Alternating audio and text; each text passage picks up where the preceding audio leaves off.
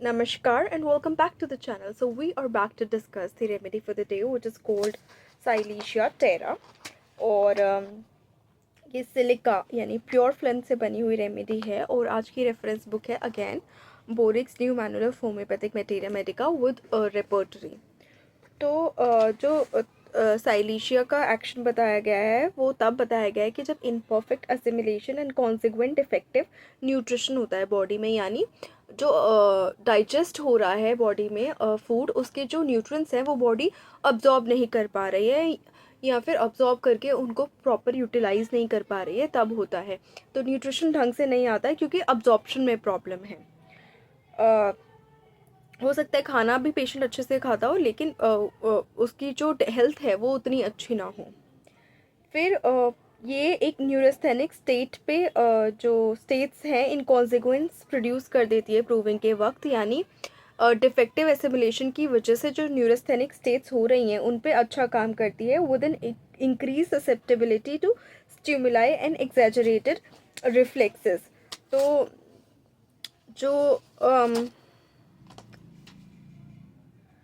Basically neurasthenia है वो एक कंडीशन है that causes chronic fatigue and physical and mental exhaustion often accompanied by symptoms like headache, insomnia and irritability.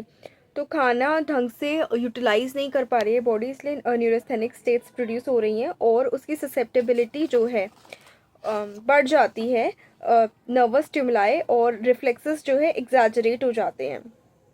Susceptibility मतलब being liable to be affected by something.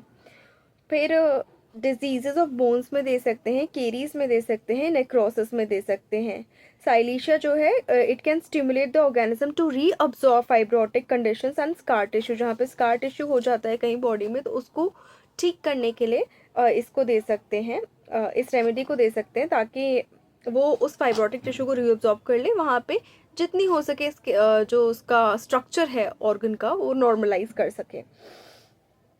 Caries यानी tooth decay जहाँ पे होता है या फिर डेंटल कैविटीज़ जहाँ पे होती है बैक्टीरिया के बैड एक्शन की वजह से टीथ में, उसे कहते हैं caries.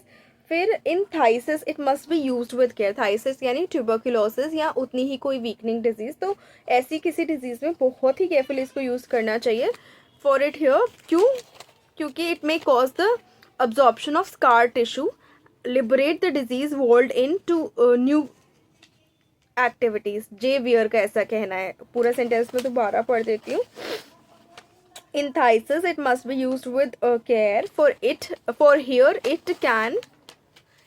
Here it may cause absorption of scar tissue, liberate the disease world into new activities. J Weir का ऐसा कहना है साइलिशिया के बारे में, यानी कोई डिजीज़ यदि किसी ऑर्गन में कंटेंट है उसके या फिर कोई इन्फेक्शियस एजेंट किसी ऑर्गन में कंटेंट है और उसके अराउंड जो ऑर्गन एक फाइब्रोटिक वॉल बन गई है और यदि साइलिशिया के देने पे वो रीअब्जॉर्ब हो जाती है तो उस बैक्टीरिया, उस organism, disease causing micro organism का और भी जगह फैलने के चांसेस बढ़ जाते हैं।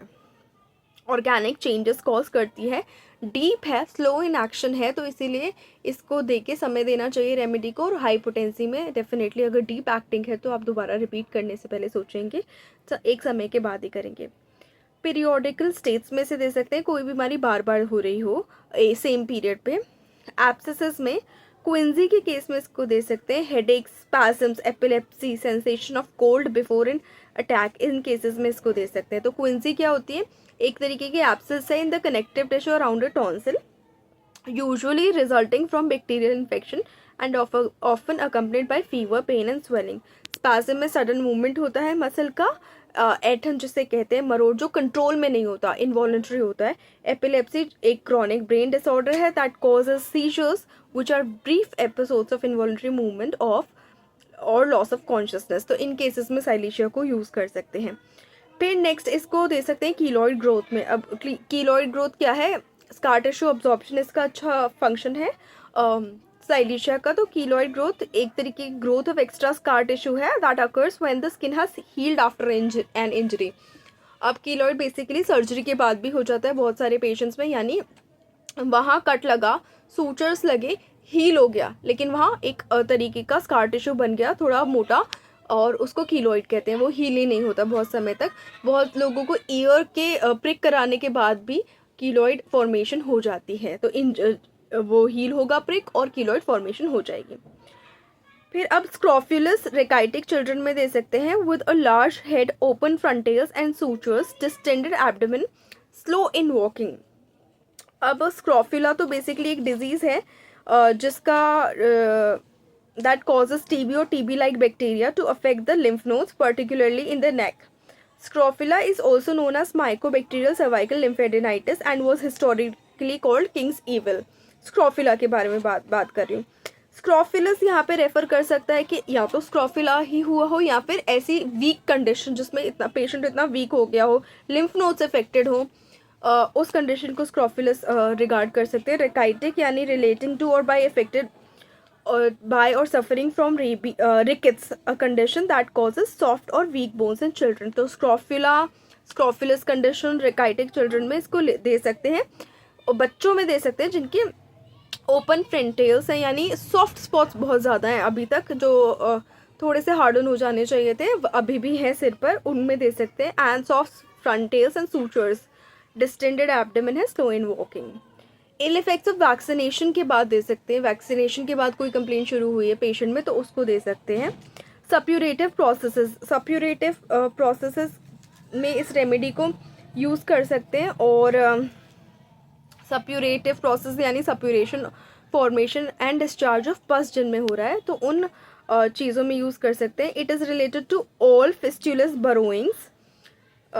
फिस्टुला बेसिकली एक क्रॉनिक कंडीशन हो जाती है where a narrow tunnel forms between the affected area and the skin. अब एनल फिस्टुला अगर बात करेंगे तो फिर वो anal canal and the skin near anus के बीच में जो टनल फॉर्म हो रहा है, या कहीं भी ऑर्गन जो है वहाँ पे स्किन और उस ऑर्गन के बीच में एक टनल फॉर्म हो रहा है जिसकी वजह जहाँ से डिस्चार्जेस हो सकते हैं और होते हैं।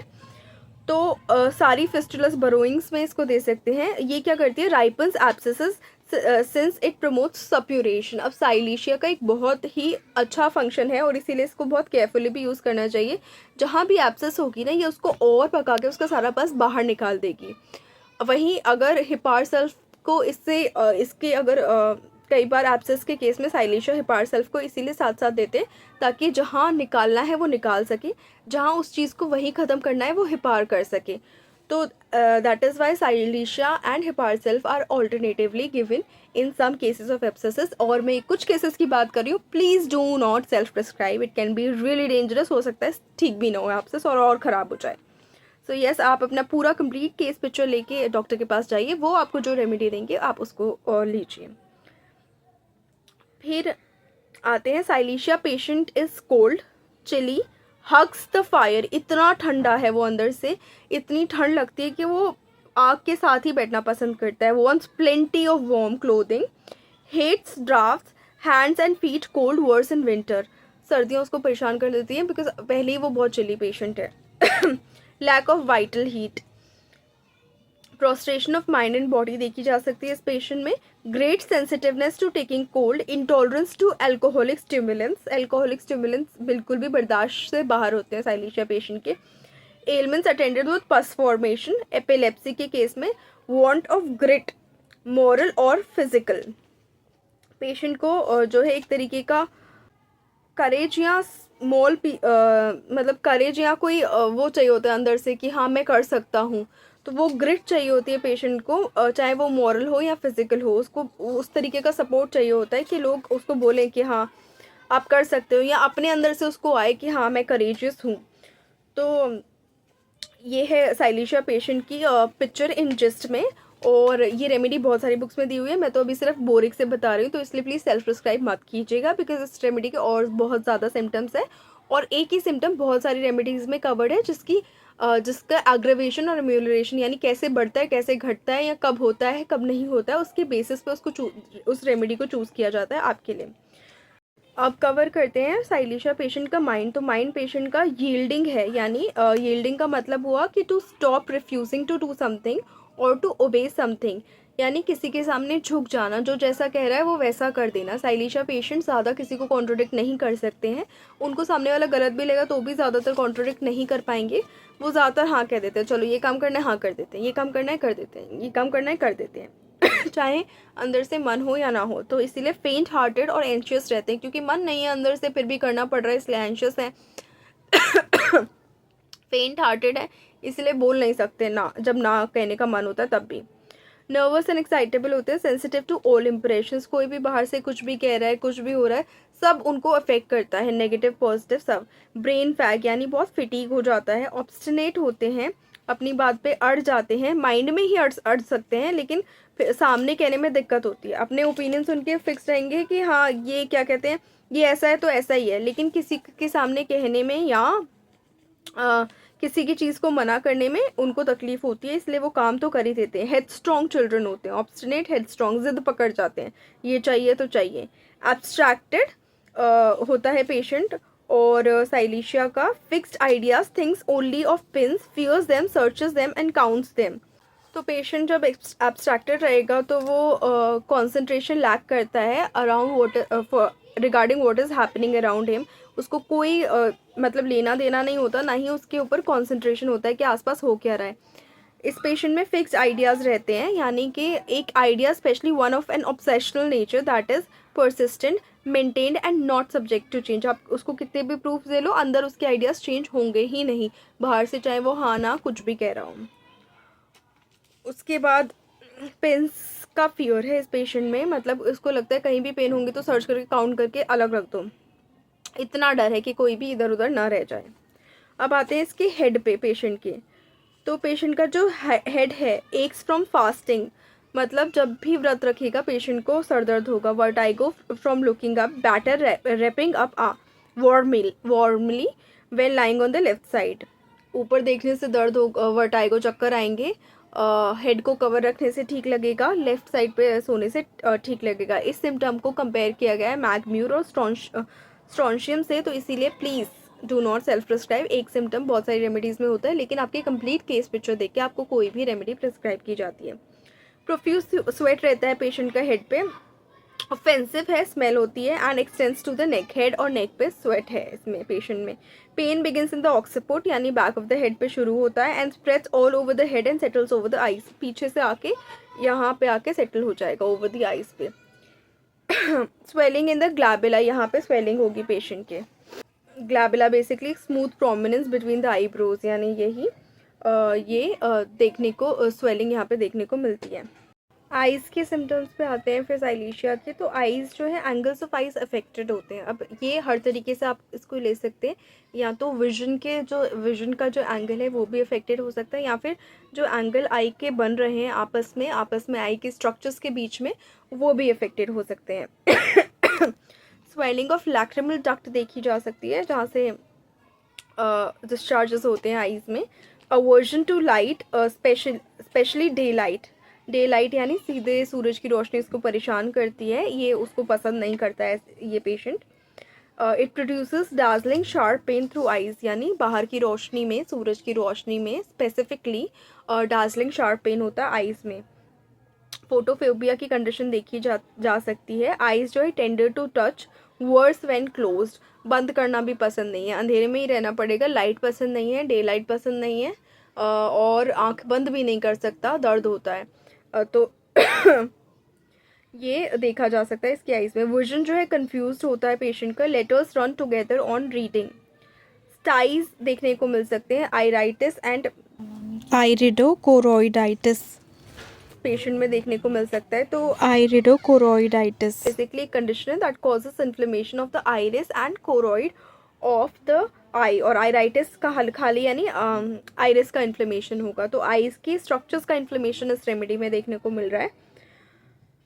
उसके बाद आइराइटिस एंड आइराइडोकोरोइडाइटिस विद पस इन द इंटीरियर चेम्बर देखने को मिल सकता है इस पेशेंट में। परफोरेटिंग और स्लफिंग कॉर्नियल अल्सर देखने को मिलता है। After effects of keratitis and leucoma, clearing the opacity, cataract के केस में इसको यूज़ कर सकते हैं।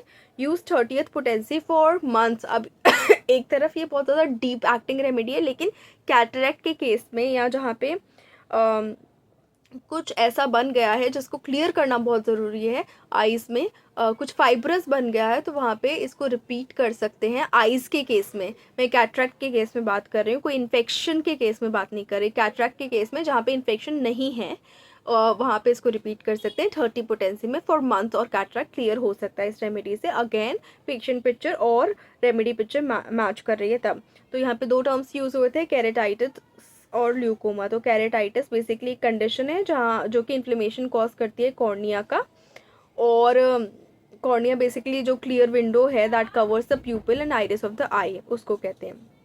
ल्यूकोमा जो है एक आई डिजीज़ है that causes a white opaque spot on the cornea.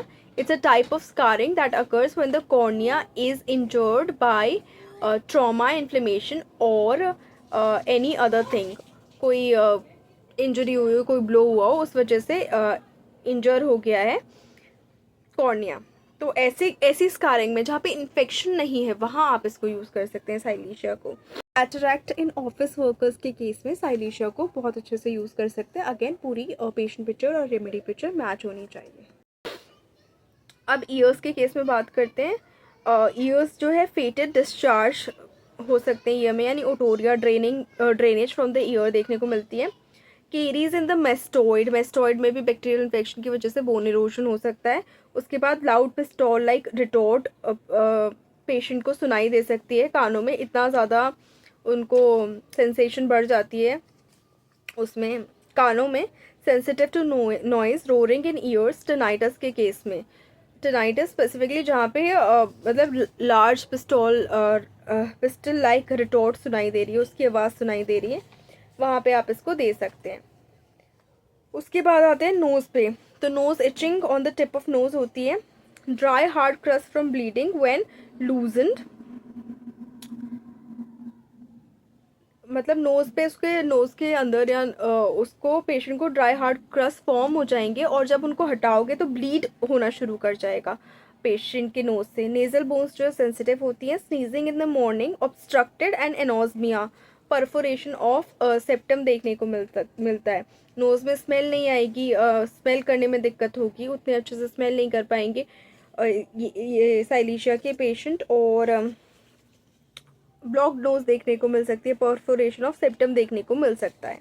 Again सिर्फ एक सिम्टम्स उनकी दवाई नहीं प्रिस्क्राइब करनी है, पूरी रेमेडी पिक्चर और पेशेंट पिक्चर मैच होनी चाहिए, तभी आपको दवाई प्रिस्क्राइब करनी है। तो around half of this remedy given in boric यहाँ पे ख़त्म होती है। अराउंड हाफ, पूरी हाफ भी नहीं हुई है, लेकिन हाँ ऑलमोस्ट हाफ रेमेडी यहाँ पे ख़त्म होती है जैसे कि बोरिक में दी हुई है। और क्या कहते हैं, बाकी आगे रेमेडी जो मैं नेक्स्ट वीडियो में कवर करूँगी। Otherwise this video will be around 40 to 50 minutes।